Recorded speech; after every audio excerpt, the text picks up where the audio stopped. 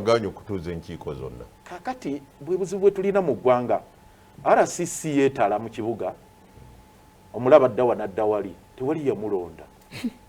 Mr. President yamulonda. Wuliriza akiikirira president mu KCCA. Yes. Naye kati yefudde KCCA. Okay. Ekiraba yefudde KCCA.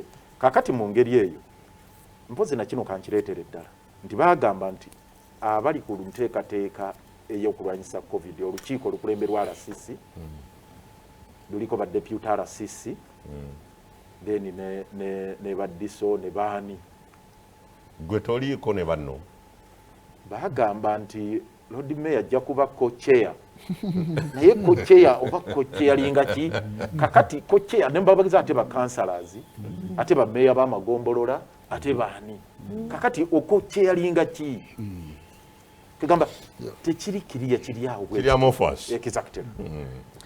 Kansoke mpite nga sinadda ku byandya kampiteke wa chairman wa kiso embeera eri etya ku byobulamu mu kitundu kyo gwe kyenyinza okugamba abantu nga gavana Bwanika tannayogera lyerimu zezimu ku district ezisinzemu akawuka alina abantu bukadde nga 3 n'okusobamu naye ekyennaku district erina abantu abasoba mu bukadde 3 teinaayo referral hospital n'emu.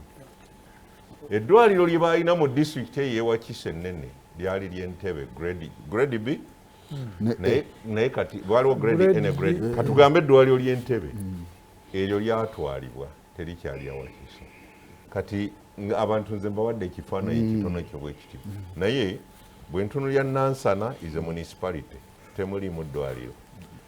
Makindye Ssaabagabo is a municipality temuli mu ddwaliro.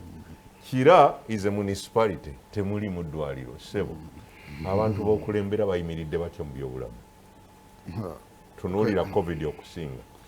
COVID kwegamba okwewala okwoyo omulabi n'awulira.